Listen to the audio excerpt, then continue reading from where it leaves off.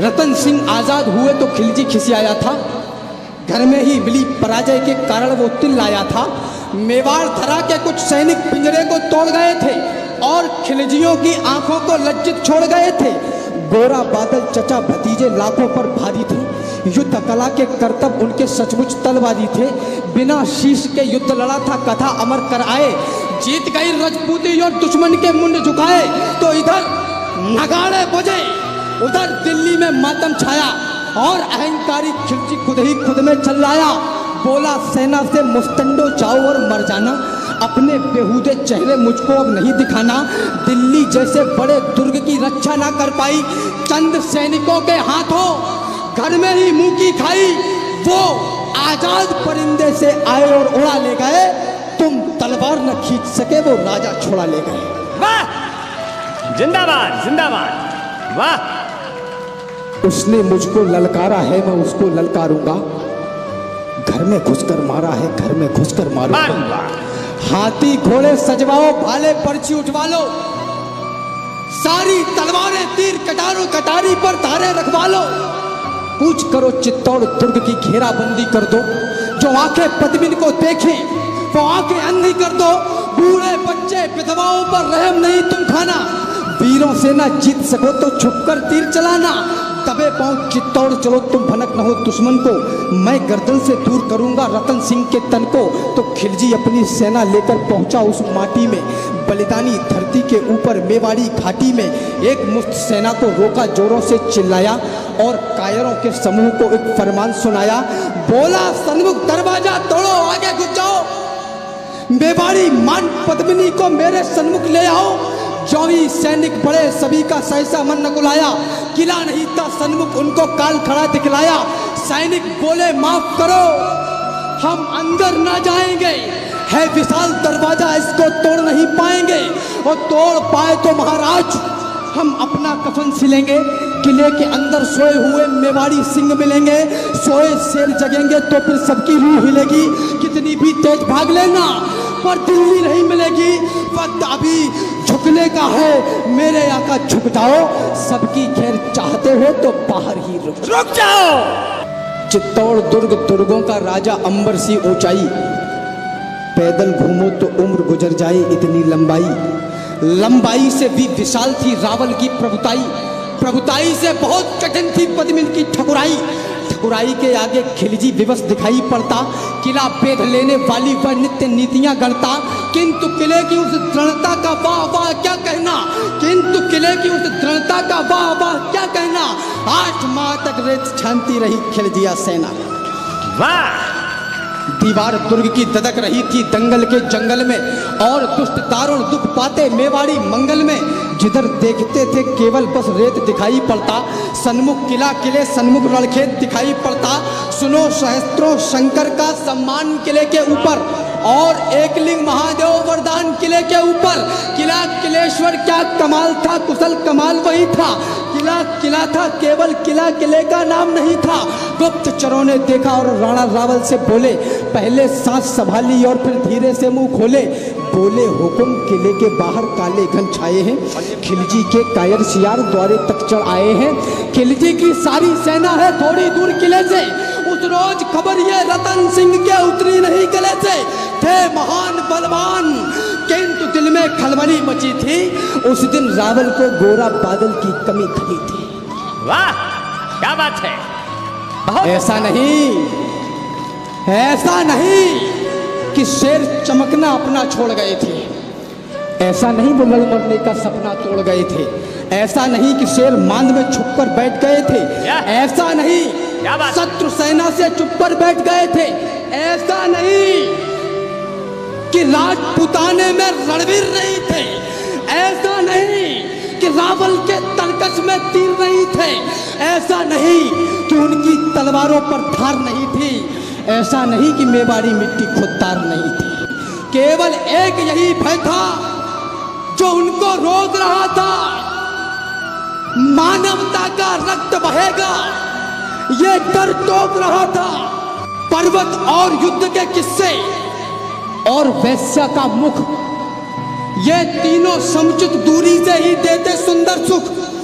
कथा युद्ध की सुनने में रमणीक लगा करती है, मगर समर्थन में शौर्य की धार बहा करती है।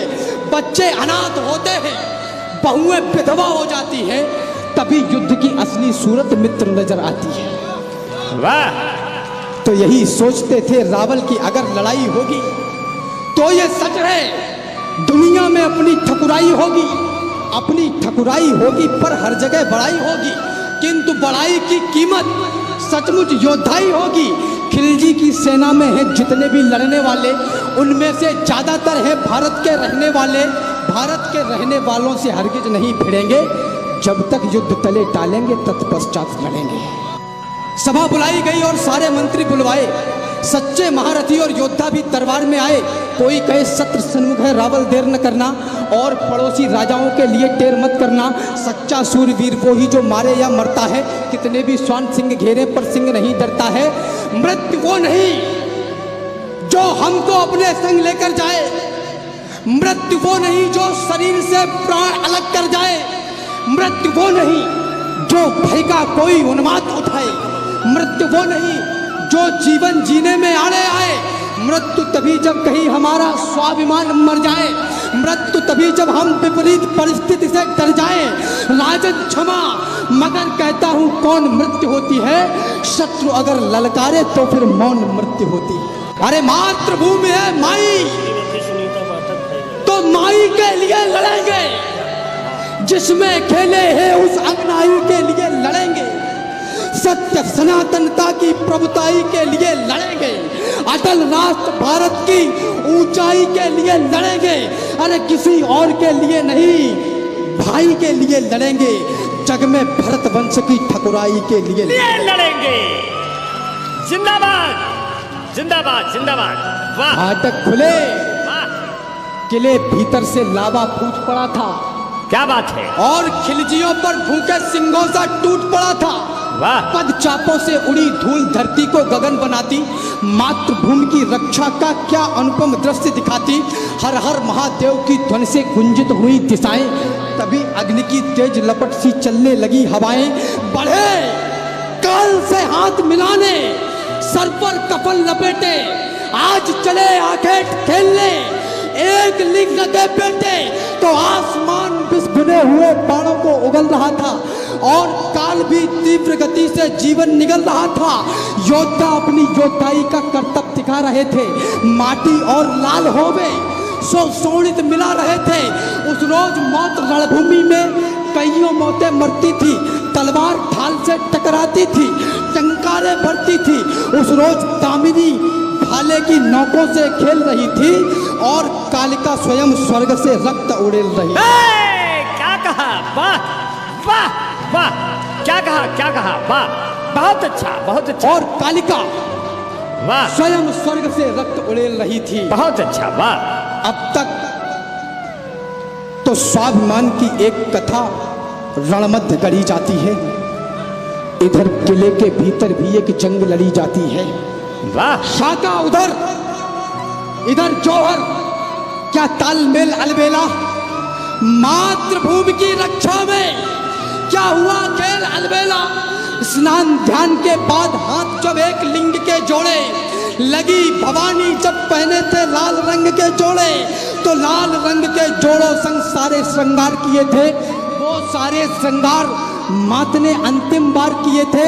पहला श्रृंगार आंख में जब काजल की धार लगाई। जरा सोचिए, आपको पता है कि आपको 2 घंटे के बाद में मरना है। अंतिम श्रृंगार, पहला श्रृंगार, आंख में जब काजल की धार लगाई, अश्रु छलक ना पड़े तभी लक्ष्मण रेखा बनवाई। दूजा श्रृंगार भाल पर माने जब बिंदी को धारा, ऐसा लगा मात ने मस्तक पर दिनकर अवतारा। तीजा श्रृंगार होठ पर माने लाली को लगवाया, अंगारों से अदर हो गए, अग्निकुंड दहकाया। चौथा श्रृंगार मात पद्मिनी का आज विश्व ने देखा, जब माने माथे पर डाली स्वाभिमान की रेखा। श्रृंगार 5वां हाथों की मेहंदी में बोल रहा था, स्वाभिमान का रंग नई पीढ़ी में बोल रहा था।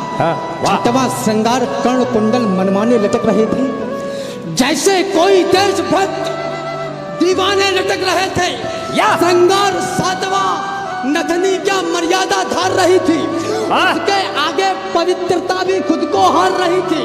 श्रृंगार आठवां स्वाभिमान की रेखा ढाक रहा था और मर्यादा के दर्शन को बाहर झांक रहा था। क्या बात है, वाह। अब तक रण में राजपुतानी खेल आपने देखा, लेकिन नहीं भुलाया जा सकता जौहर का लेखा।